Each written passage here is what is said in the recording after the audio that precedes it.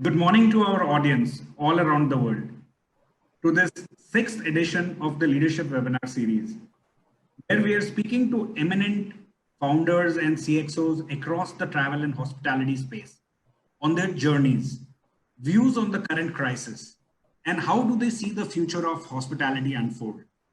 This is your host, Apurv Chamadia, Chief Revenue Officer at ReadGain, and joining me is Mr. Amit Sabharwal, who's the innovator and the man behind Red Doors, Southeast Asia's largest and fastest growing budget hotel brand.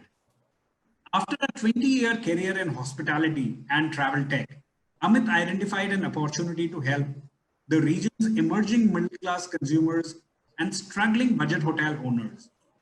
Singapore-based Red Doors is truly on its way to operating with more than 2,000 properties across more than 100 cities in Indonesia, Philippines, Vietnam, Singapore. Prior to founding Red Doors, Amit was the Chief Business Officer, Hotels and International Markets at Make My Trip. He was instrumental in shaping Make My Trip's journey towards IPO in 3 years and getting it listed on NASDAQ.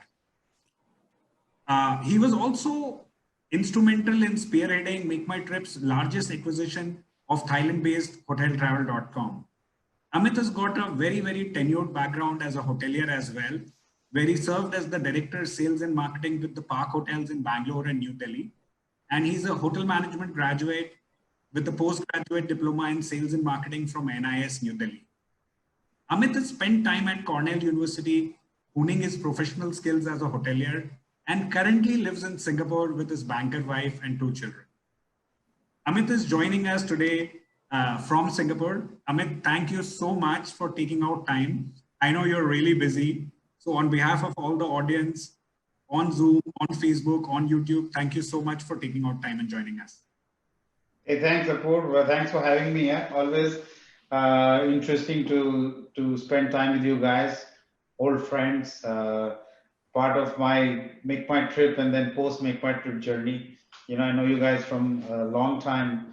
So yeah, always lovely to spend time with you. Thank you so much, Amit.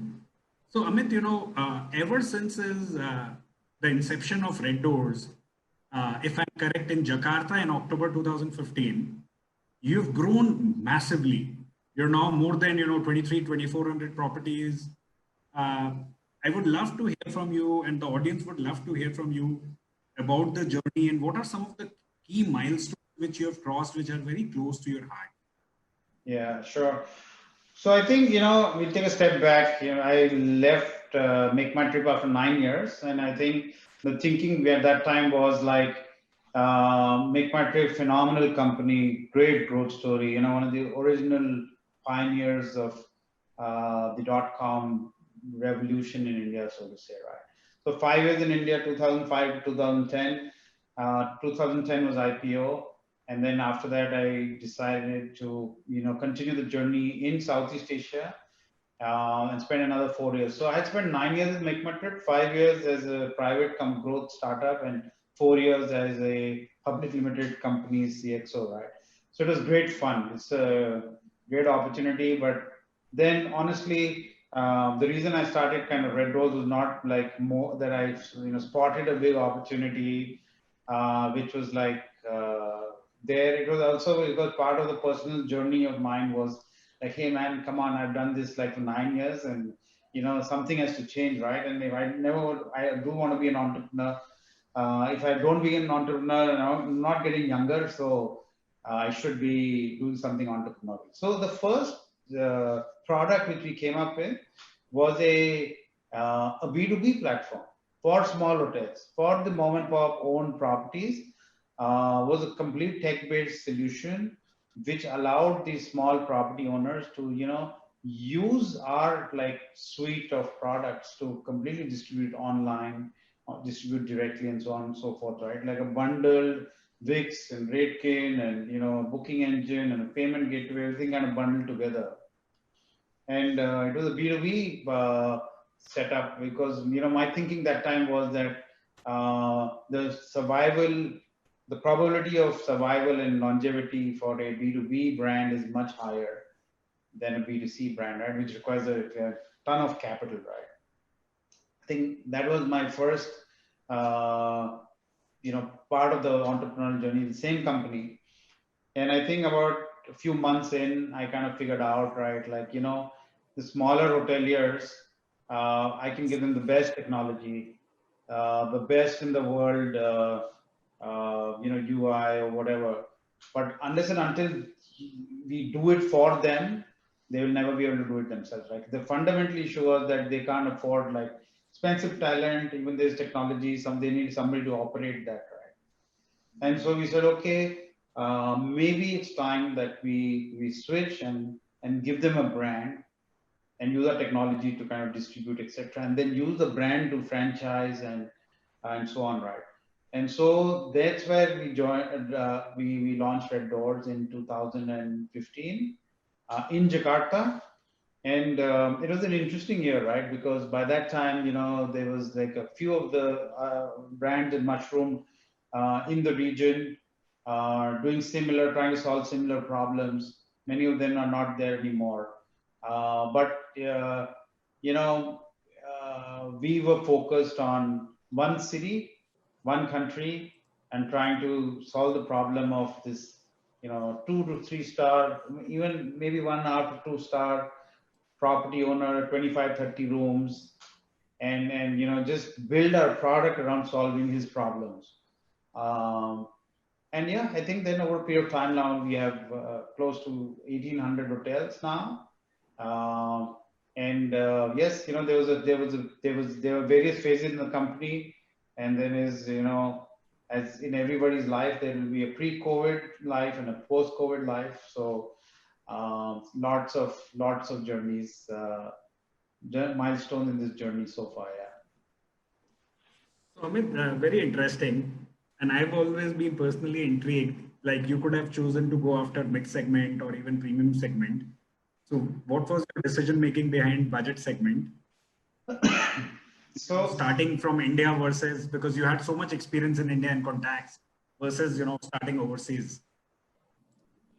So I think, one thing I understood about India, with all due respect, right? The property owners don't want to pay. So that was the number one thought process that, I was with Make My Trip. I kind of, conceptualized, ran the hotel business for so many years and, figured out that, as long as the commission model cut and pay, it's fine. But if you put them on a subscription model, anything else, if they need to pay for a service, that was not there. So that was the reason why I started out of India.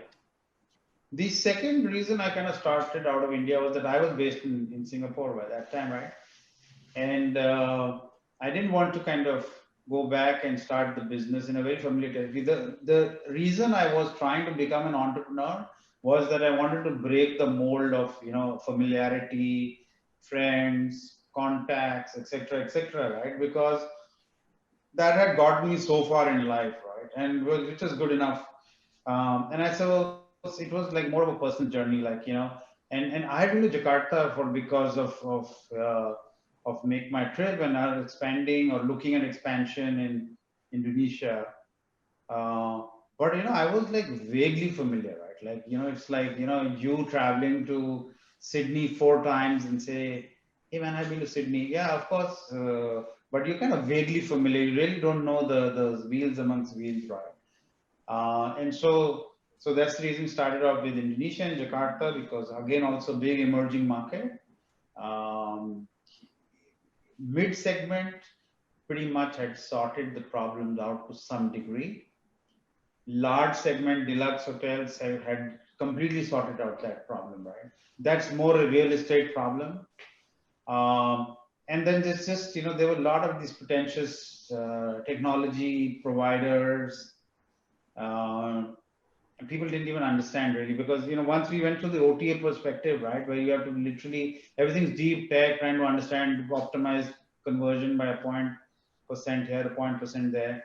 Then you get out and you speak to some hotel owners and stroke employees, and they're trying to spout stuff which is like fairly theoretical, but they definitely feel that's the best thing, right? So I just thought that it just didn't really, we won't be able to add much value in their lives, right? And us trying to convince them is going to be too much of a hard task for us. So it might as well go to the guys who say, come on, I have a 3-star hotel, 2-star hotel, 1.5-star hotel, and I'm doing 40% occupancy. And we go to them and say, hey guys, you know what, simple, work with Red Doors and we'll take your occupancy to 75% in 6 weeks. And, you know, they understand, yeah, because they understand the power of money very quickly. And to some extent, you know, the business model itself was lending itself very, very well to technology. So it was a bit like Uber, where you would kind of put your asset into a platform, and the platform would then, you know, do customer acquisition for you, do loyalty for you, or do the pricing for you. And from an asset owner's perspective, it made my life very easy, right? So I didn't have to do anything, the platform would do everything. I just have to kind of operate the asset. So that was one of the reasons also that we decided to go after the budget properties.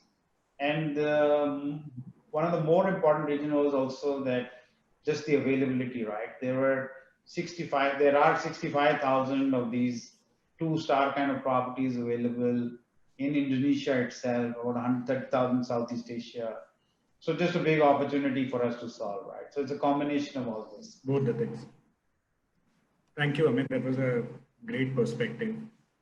So, Amit, you started Red Doors with a vision of providing quality $20, $30 a night rooms. And initially it took you about 6 months of sleepless nights before getting a modest, approximately $500,000 from Singapore-based Jungle Ventures. And for any entrepreneur, the beginning is always the most difficult phase because gravity is holding you back. Love to understand what would be your tip to aspiring entrepreneurs on how should they think about this phase, what should they do and what should they not do? So, you know, I think obviously entrepreneurs need to think of a space which is got an opportunity, maybe this space or any other space, right? Yeah, you're absolutely right. Like, you know, I think it's, mm, it's raising capital is tough, right? You know, when I started off, I used to think if it was the first 6 months, I don't even remember what the time period was, but I think I used to think that, hey man, shit, what if I joined? I mean, I left, make my trip, right? In like CXO salary in dollars. And I started this thing, and you know, what if nobody funds me, right? Like, it'll be like such a slap on my face, right? So, more than the amount, etc., I was very validated when somebody funded me. That was like a big step. I think the second thing to keep in mind was that, you know, as any army man or anyone who's in the forces, right, and even hoteliers for that matter, right, the salute is to the rank and lesser to the individual, right? So if you're the GM or a CEO of a large hotel company today and tomorrow you're not, you kind of find that like a lot of your so-called contacts, friends, etc., which you feel are part of your life have disappeared, right? I think the biggest realization happens is, or you have to come to terms with the fact that you're a nobody. Because you got the respect, friend, blah blah. You have this handful of supporters. That's all fine, right?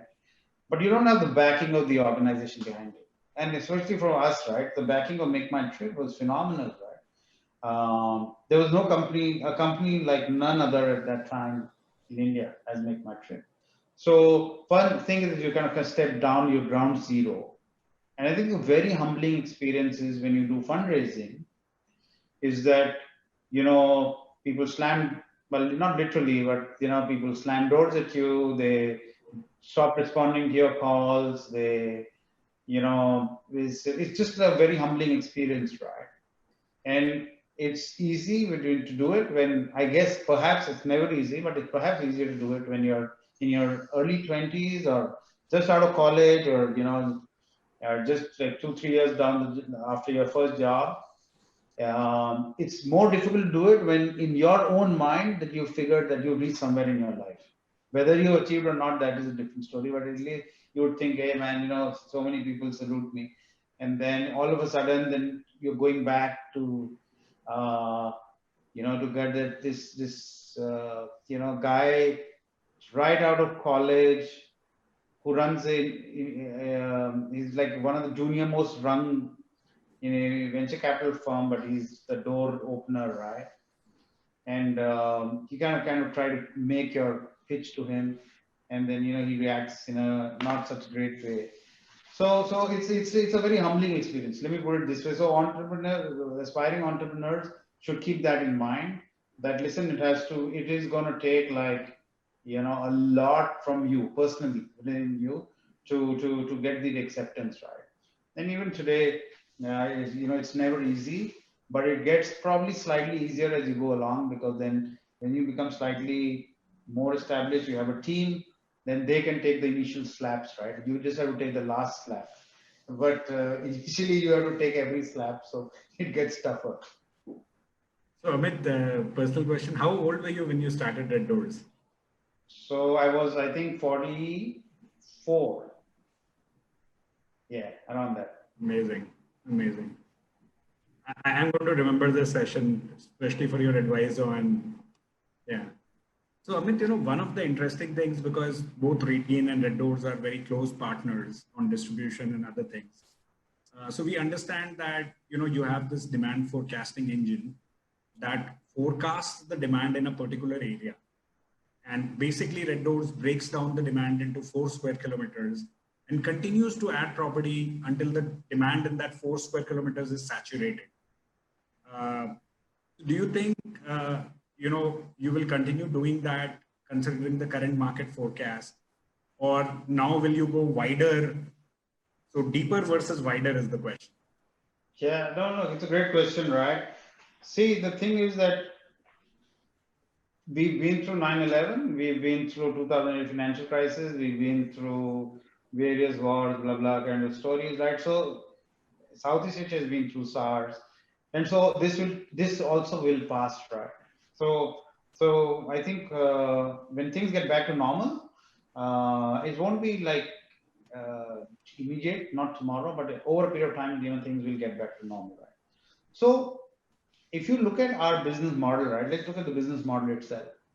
The business model is more a 7-Eleven model. That means that you have a lot of small format stores rather than a supermarket model, right? Like a supermarket has got 500, the equivalent is a 5-star hotel, 500 rooms. And the equivalent of a 7-Eleven is like, 1.5 to 2.5 star property with 20 rooms, right? So the opportunity to have many properties in one area makes a lot of sense to us, because we want to make sure that the demand gets saturated before we move on to the next area, right?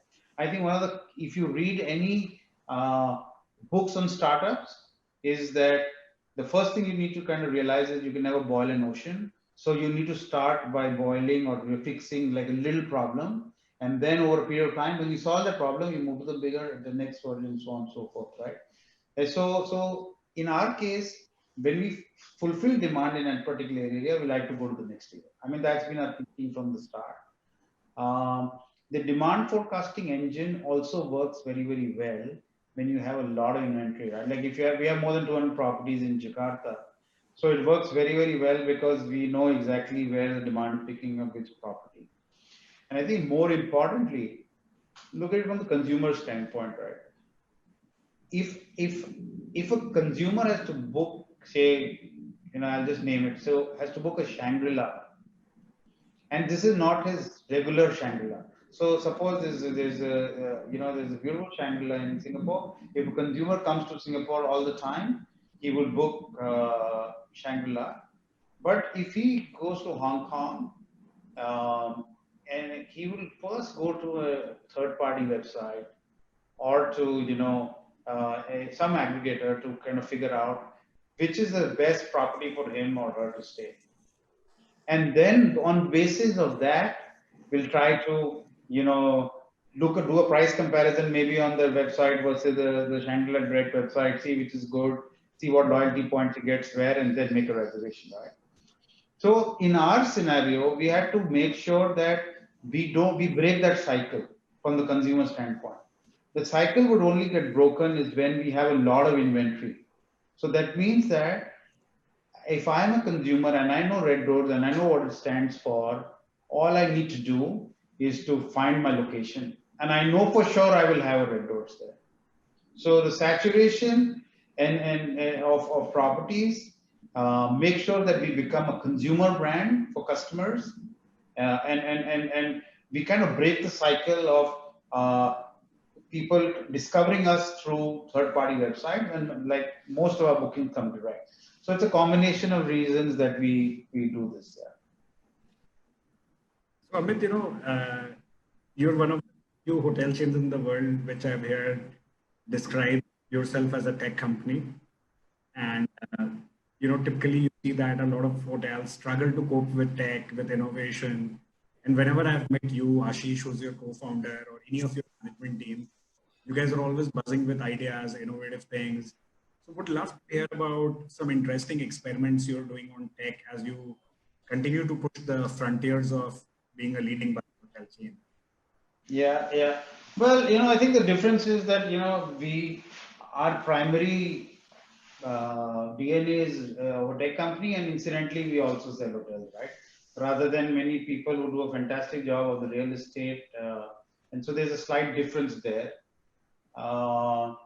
So I wouldn't say that, we are the most innovative company, cutting, leading edge kind of company, right, in the world.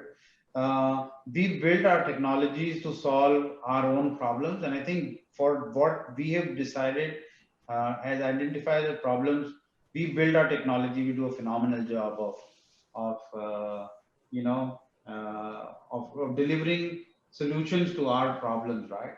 Now, whether it is on when we started off, we never even had a booking engine, right? We had a third-party booking engine. We had a third-party this, that. And we kind of figured out that, it doesn't make sense. We need to, have our own things. And we decided to build that. And, that was probably the lowest, most dumb piece of technology which we have right now. But I think demand forecasting, customer loyalty, people allowed to give tips through the app, automated check-ins, people walking in and the lights coming on based on occupancy sensors. So there are various pieces of technologies which are built in-house. But I think the most exciting for us is our demand optimizing engine, the pricing engine, because of that, right? And yeah, it does a phenomenal job. It's really difficult for us to explain because everybody says the same thing. But for us, we can make a fair amount of more money just because of that the way our engine kind of operates, right? So yeah, so I think every aspect of automation. So for example, from discovery to search to booking, whether the booking comes directly or through third party, to pricing, and then how the booking flows to the property management system, simple property management system, room allocation, check-in, check-out for property owners, the way we communicate to the property owners, and to the way the money flows through SAP. Like it's a completely integrated system.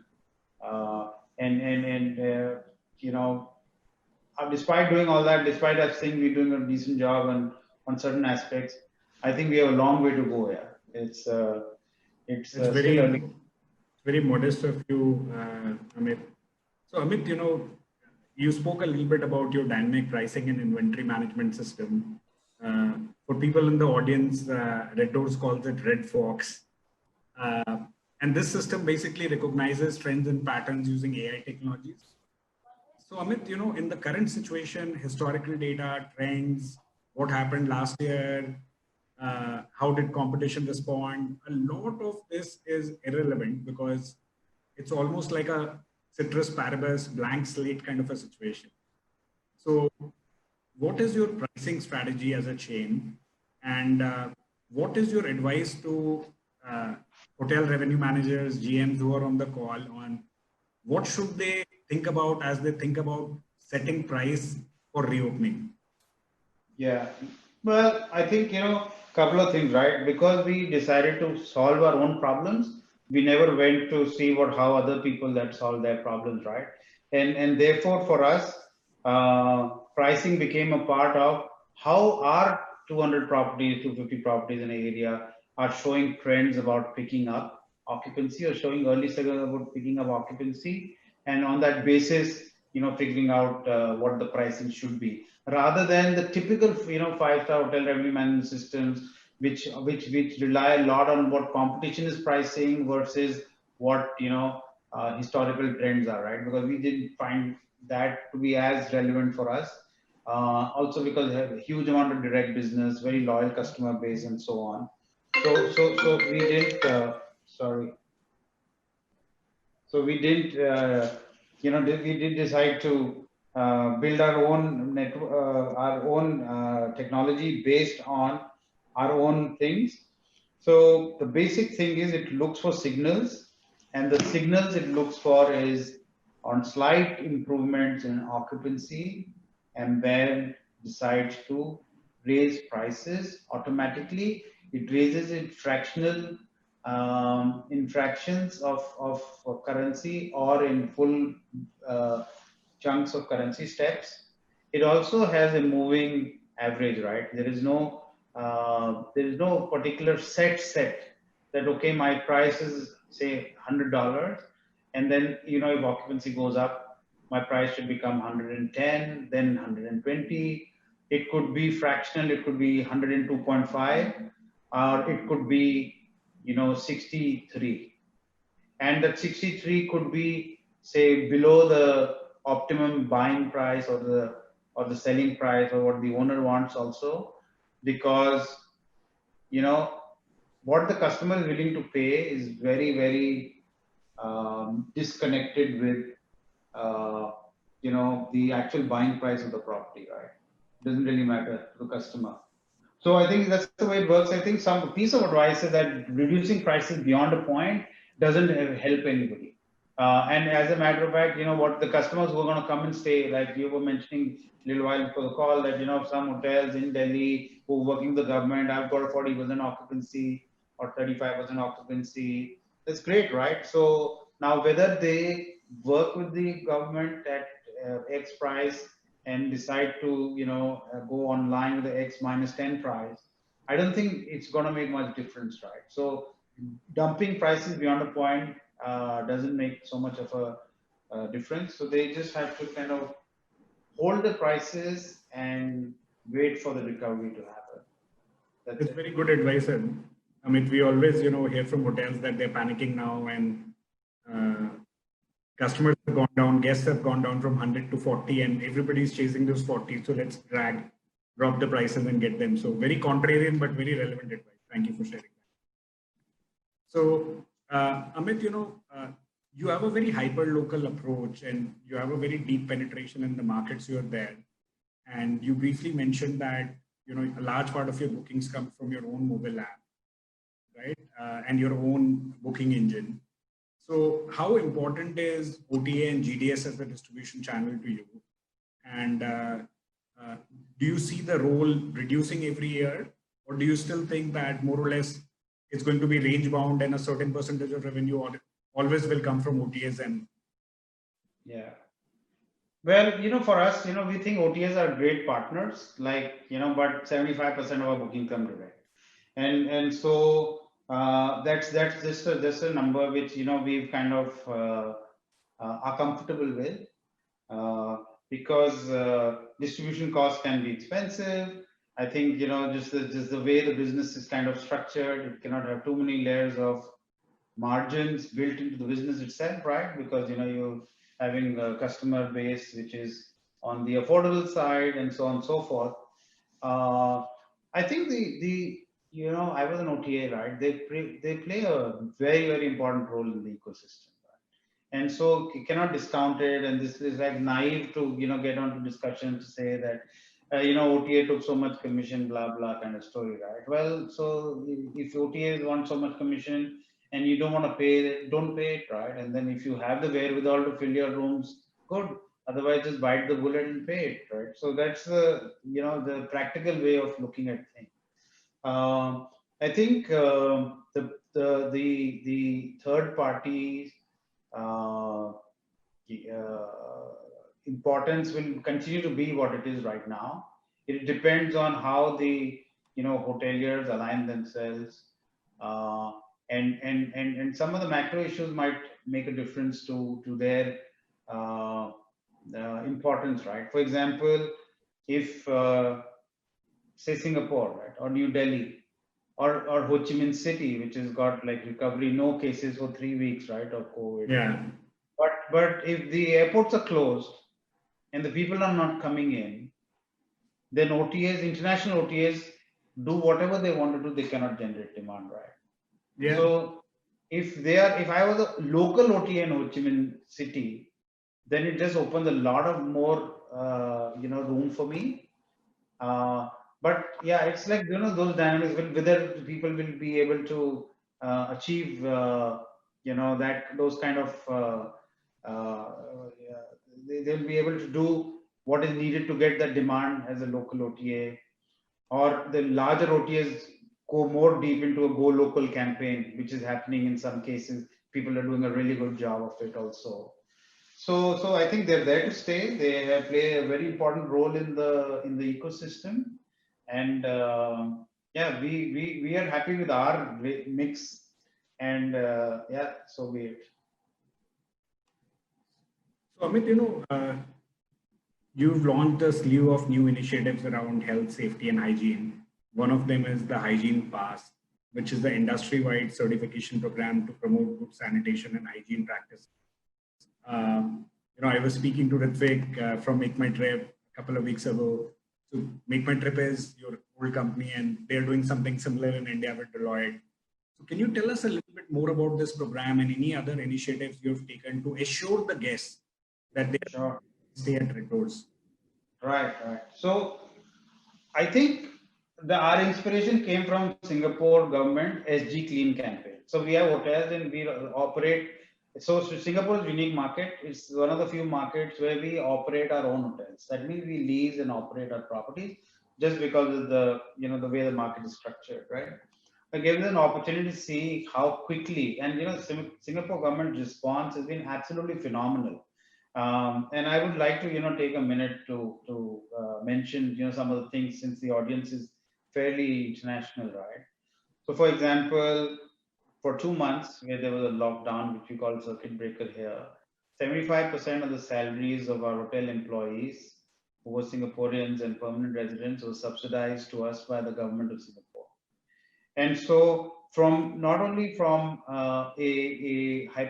from a support which is like moral support, the real physical monetary support to operators, etc., like is also there. So hats off, right? But one of the early things we did is that they launched SG Clean campaign. The SG Clean campaign was that hotels had to get certified in a multi-step process, where the hotels had to take temperatures and clean certain times a day and maintain logs, etc., which was audited by a third party, one of the big four in Singapore, right? And we said, okay, this is such a great idea, right? We're a technology company. How do we take this and take it to Indonesia? And you make sure that we use technology to certify, and then get a third party person, which is like the Institute of Hygiene, Health, etc., to come and certify this particular process, so that it's not really a red door process. It's a red process which has to be followed and certified by a reputable body. And how do we use technology to kind of automate, right? So some of the elements are, and it's still in the process of evolving. I think early days it will reach somewhere far more complex than it is right now. It includes keeping track of the temperature of people, including reminders to staff operating the property to go and clean the lift buttons, to make sure that people who are coming in have a proper contact tracing happening, making sure that their temperatures are recorded, making sure that the personal protection equipment is all there, and then random audits to kind of ensure that, right? And so we've also noticed that some folks have decided to be part of this, clean, safe initiative of their own, and without, which is more like, it's not a real initiative. It's more like, optical, like, hey guys, we clean 3 4 times a day, etc. So which would probably would have worked well if we had a fewer number of properties, but because we have a lot of properties independently run, for the property owners, they have to go through this third party certification. There's a cost involved. And then those properties have a preferred listing, etc., etc. So we are trying to create that virtuous cycle of hygiene pass, people paying for getting that hygiene pass, therefore making sure that it's implemented. And if you take away the hygiene pass, then there's a drop in business. So getting that whole loop done. So yeah, it's one of our early initiatives. We are the first movers in this, and you've been kind of reading about it for a while, and hopefully this is very relevant for times to come. So, Amit, I was speaking at HSMAI Revenue Management, HSMAI at Home ROC conference yesterday. All sorts of ideas were coming from expert revenue managers from chains, including things like if a room is away from the elevator, maybe you can charge differential pricing because it's away, so less people will cross it. And many kinds of things, like should hotels start offering more packages, because if a customer lands at the airport, the hotel does not want to take a third party cab, but maybe will trust a cab more. So are you thinking of some of those things where the hotel, Red Doors is offering a more integrated packaged experience, including pre-cooked meals, pick up and drop, and it's a budget segment, so tough to also it. Yeah. Yeah, so budget segment, people are domestic, they know the property, they know the risks. So if I was, having a lot of international customers, if I was like general manager or Marriott for sure, I would love to give my customers coming in from another country or another region, or one CEO of a large corporation, definitely, give them an integrated end-to-end, touchless package, right? And we are also speaking to a few agencies on getting these kiosks where people don't just need to meet anybody, right? And so on and so forth. But anyway, that's a separate thing. So our customers, it's not so relevant right now because they know exactly what the issues are. They are local, that means they're from the same country, and they are price sensitive, right? Anything which we can offer, they can get it cheaper, better themselves, because of knowledge, proximity, use of the multiple apps which are there, including food. Having said that, there are certain properties of ours which are part of the quarantine program or the stay-at-home notice program for various government, and for those properties it's an integrated package, right? It includes the food, includes the laundry, it includes everything.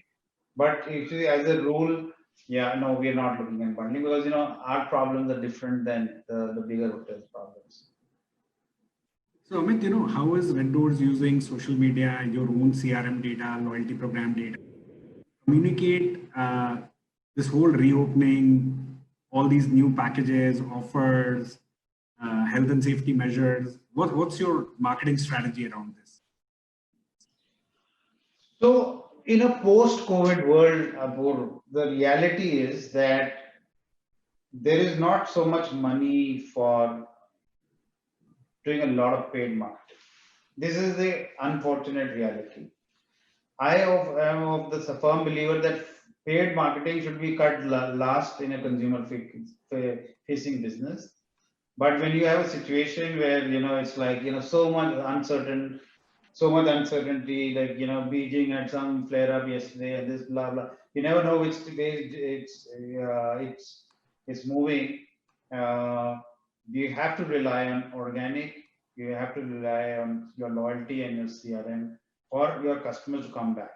I think the good part about Red Doors is that we have tenure. That means we have a large number of customers who stayed with us. Literally in the millions. And secondly, that there's a very loyal customer base. So even pre-COVID, right? most of our customers who would come and stay with Red Doors would be repeat customers on any given day, right? So average customers would stay 4.5 times a year in a Red Doors. So there's a lot of repeatability. So it's easier for us to get back to the same consumers. It's probably not easy for me to get new segments of customers right now, but that also is not the need for the hour, right? So a lot of focus, like we have a fantastic, you met our marketing team members, right? We have a fantastic team, but it is a question of a lot of their rethinking, the way they've been kind of wired also, right? Because we've been wired as a consumer brand, right? We're on TV in Indonesia, we're like consumer brand, and all of a sudden now we are wiring ourselves to be like this, SEO driven, CRM driven, and loyalty was always big part of our business, but like just double down loyalty kind of business, right? So one, I think there's a restructuring of the thought process within the organization, and I think you'll see if you just see the way we will track our app is right now and how it's going to be in the coming future also, right? There's just going to be a lot more, gamification, engagement for existing customers. Make sure there's always something for them, and then regular communication to ask them to come back, right? So it's all part of this integrated program, which is forced upon us because frankly, we're not going to spend a ton of money on marketing till these things get better. So yeah, that's how we're going to work it out. So Amit, for a startup, Red Doors does a lot of CSR initiatives. You have Red Heroes, you have a hotline. So is this more of a company culture that you should give back to society? And how do you think about CSR? Well, frankly, we don't have a CSR policy. It's just like we felt like, that if there were properties which we could give away to people who work in the front line, it's something which we should do, right? Because it's a human tragedy, it affects almost all aspects of life, but commercially it affects the tourism and the travel industry the most, right? And then we kind of found that we should give it, the frontline workers should get some benefit. We obviously are not huge, we can't impact in like millions of dollars worth of CSR, but whatever little bit we could do, we did in the Red Heroes program. In the Hope Hotline program, it kind of started off when so organizationally, right? We were very quick to take decisions. We saw this COVID thing happening from February itself, right? Because it started hitting China, then Singapore was part of it, then Vietnam. So we started realizing that this is going to become a huge problem, right? And so we started taking various steps. Some of them, obviously fairly stringent to ensure like survivability of the company, included like people going on furlough, people being laid off, people renegotiating contracts, etc., etc. And so we did it in 3 phases. So the part of our communication strategy with our own employees was we wanted to speak to like a lot of people a lot of time, right? We just wanted to have a lot of FaceTime, management FaceTime, because people were working from home, right? And so we want to have a lot of management FaceTime in front of people. And then when we started speaking to people, our own employees, we figured out like, there were different people, regardless of seniority or tenure in the company, who were taking the COVID situation in very different ways. So we had people who were like, extremely engaged, when they were triggered as a challenge, working even harder than they were when they were. And we had teams like, who were on furlough, but still, coming to work for a few days, a few hours a week, but, outperforming teams who were on full time. So we had this highly engaged teams, but we had like some really senior people who we saw progressively as the lockdowns progressed, right? started like losing their mojo, started getting depressed. You know, we could see the way they talk, the way they would look on conference calls, and so on and so forth. So we started off the Hope Helpline as a way to counsel our own employees, because at some level, right, we were also responsible for the stresses that were caused in their life. And when we figured out that, hey guys, you know what, if it's happening to us, then I'm sure it's happening to our own. You know, imagine the hotel employee who's on minimum wage, $300 a month in Jakarta. His hotel is closed. What is he going through, right? And then we also figured out during this engagement sessions that they would not speak to us freely, but they would speak to like third party people they're more comfortably, a little more freely, right? So we then said, okay, man, we need to get psychologists or counselors on board, and then open this up for the larger tourism. It's had a mixed reaction. So I think it's been very well perceived from and well received from you know, the folks who know that there's something they can always fall back upon. But if you say that there have been people queuing up to take counseling, no, that not so many have happened. But you know, we've had a few hundred sessions already, which we pay for, some subsidized by the counselors themselves. So I think, yeah, we've done whatever little we can, yeah, and hopefully we'll be able to do more when we become bigger. So Amit, you know, before we open for questions, I wanted to end our, you know, formal conversation on a lighter note by asking you some rapid fire questions. Are you ready? Sure. Are you coffee with Karan? Yes, the Yes. coffee with Sure, sir. So when can we expect to see Amit with a tie next? Last time we remember seeing you was when you listed on NASDAQ in New York. Yeah.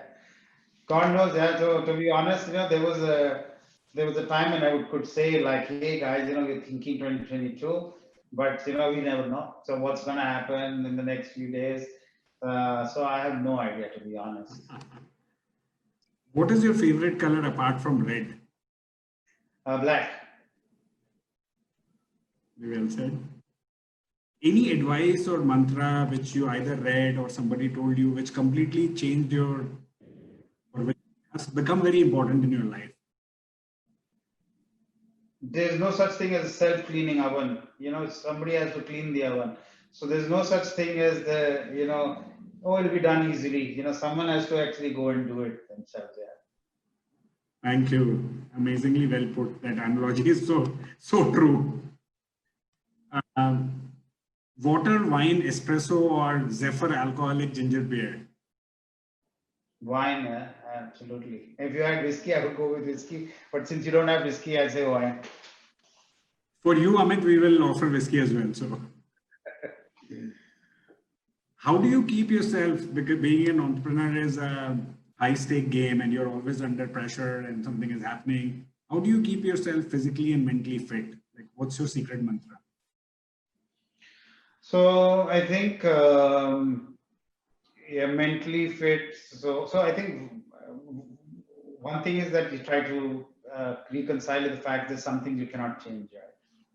And as soon as you reconcile with that fact, things get better. But you know, physically, I try to do some physical stuff almost every day. Hopefully, do something or the other. And mentally, I like to, you know, do Sudoku. And that's something to keep me busy. Also, it gives me inspiration that every problem has a solution. It's like if there is no problem, it doesn't have a solution. If you do Sudoku, there is a solution for. Sometimes you need to take a hint. Sometimes you need to do a bit of guesswork, but there is always a solution to the problem.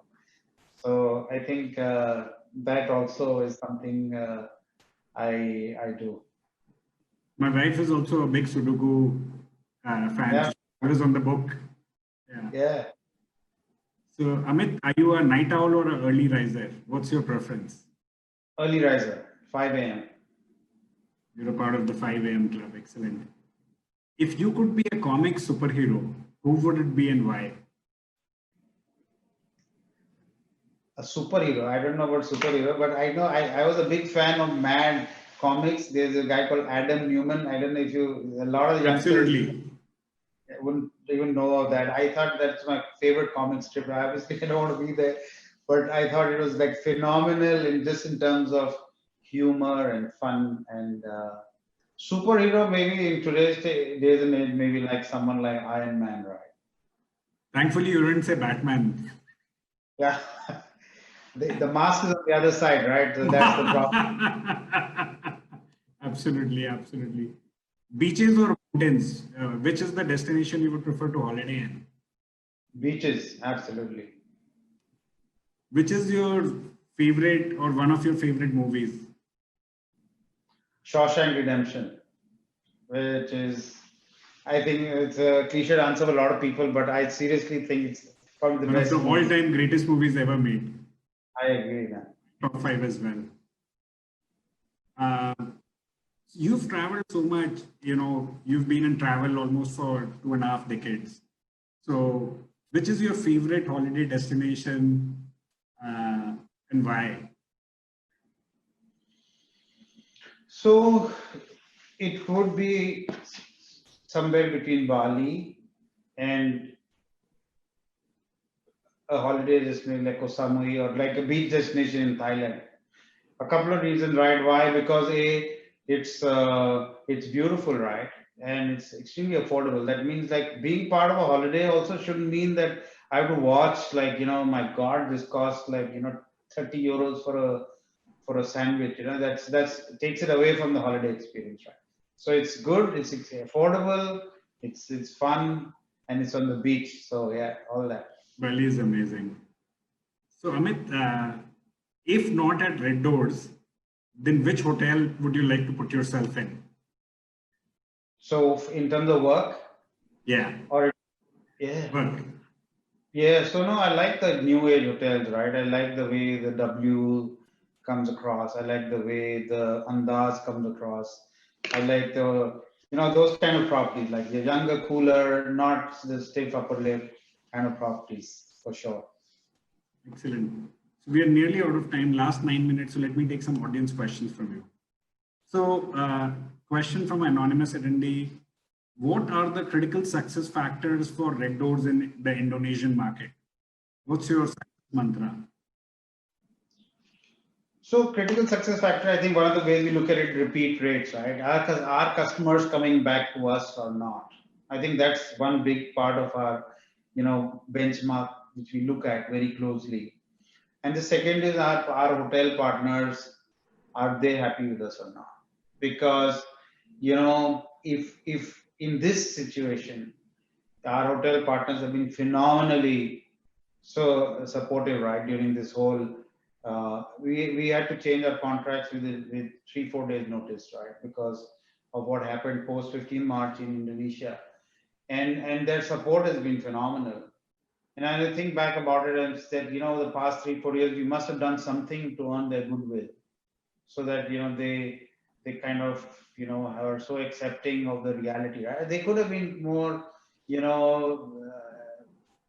could have been more acrimonious, right? But yeah, so God bless them. So I think both things we look very, very closely, and then I think there will be 300-400 other, smaller pieces in between, pieces of data which we look at. So, interesting question. So the question says, are you planning to enter into self-operated model in Philippines, Indonesia as well? So self-operated model is working in Singapore and a couple of properties in Indonesia. We feel that it's not conducive to our DNA, right? Our DNA is not to spend too much time with one property, be vested, that property's occupancy goes down, then we are like, trying to, focus disproportionate amount of energy there.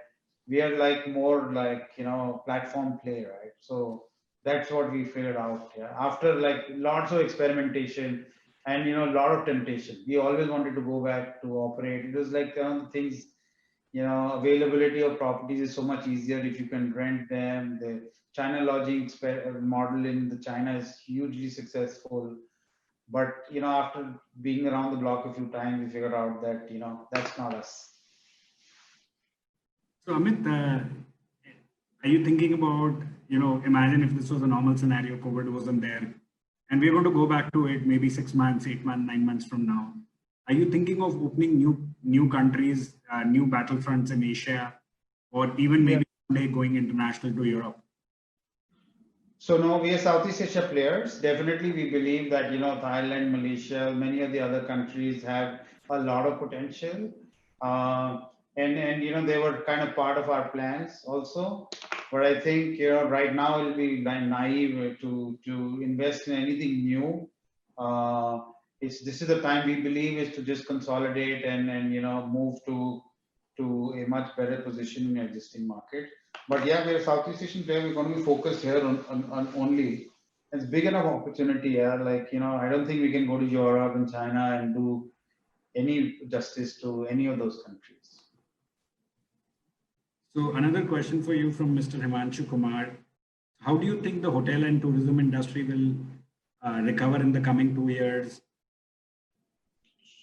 This is my personal opinion. I'm not an expert, but what's going to happen is the domestic market. So this is what's happening in Korea and China and parts of you must have read on in the United States, right? So domestic markets and leisure destinations of domestic markets, like 3-4 hours driving distances, as soon as the curbs start getting lifted, they see a surge in occupancy because honestly, people are frustrated, fed up, and so on and so forth, right? I believe that they will be the first to recover along with the budget, the lower end of the properties, and then the 3-star-ish kind of properties, finally the 4-star-ish. I don't think that corporate travel, which is the corporate travel of of the yesteryears, which is like Marriott's, getting a suite from business class traveler from Hong Kong, taking that limousine pickup, that kind of stuff is going to recover when airline industry recovers and there's a broader recovery in the industry. I think that'll take 2 years. So and this is exactly what's happening if you look at Korea, China, and Apurva and Kamesh and everybody, you guys have shared some really good reports on that. But the higher end will take longer. Higher end leisure might pick up earlier. Understood. So Amit, another question which is coming on another platform for you is, what role do you see the government playing in helping the hotel sector recover? Do you see a role where they should be giving bailouts, picking up salaries, different taxes? So they have to be sensitive to the needs of the hotel industry. And so, I have a unique perspective, right? That I am still connected to the Indian hotel industry to some extent, all friends, family groups here and there. And I see what's happening in Singapore, which has done an exemplary job. But even Thailand, right? Thailand is not a first world country. It's not that they have like gazillions of dollars in their reserves, but they're also saying that okay, we will subsidize, we will pay hotels to encourage domestic travel and domestic airfare. We will subsidize. We will get the industry going because I think everybody kind of believes, at least there in various countries, that it's very important to keep the engine going, right? If banquet hall becomes co-working areas and hotels become hospitals, when there is going to be a recovery and there's going to be corporate travel coming in again, you will find that you would have broken the back of many hotel owners who don't want to get into this industry, right? It's anyway a painful industry to be in, right? In terms of it takes a lot of knocks all the time. So the government has to play a very proactive role. The governments have to play a very proactive role. And if somebody wants to see a template on how governments can help enterprises, they should come and just study what Singapore government has done, see what Enterprise Singapore has done, what the Singapore Tourism Board has done, what the government has kind of helped to prevent layoffs, and see that there will be long-term sustainability of the industry. So most definitely, the governments are not doing it, and many from my limited understanding of what's happening in India is that the governments are doing a like fairly pathetic job of leaving the hotel owners in the lurch. Then it's going to come and bite the economy in the future, and I think that's a really sad thing to happen. So very interesting question. How have you managed to convince hotel owners in Vietnam to enroll in your program, as language is a very big challenge? So localization, I think, localization, and localization, I think is critical. Southeast Asia is not a homogeneous region for sure. So people who think that, Southeast Asia is, it's part of ASEAN, it's like EU, like Europe, it's not, right? The currencies are different, political systems are different, countries are different. There's a general ethos. So you have to kind of localize, right? And, this is not localization for just the sake of it. You have to like really, really go deep and understand.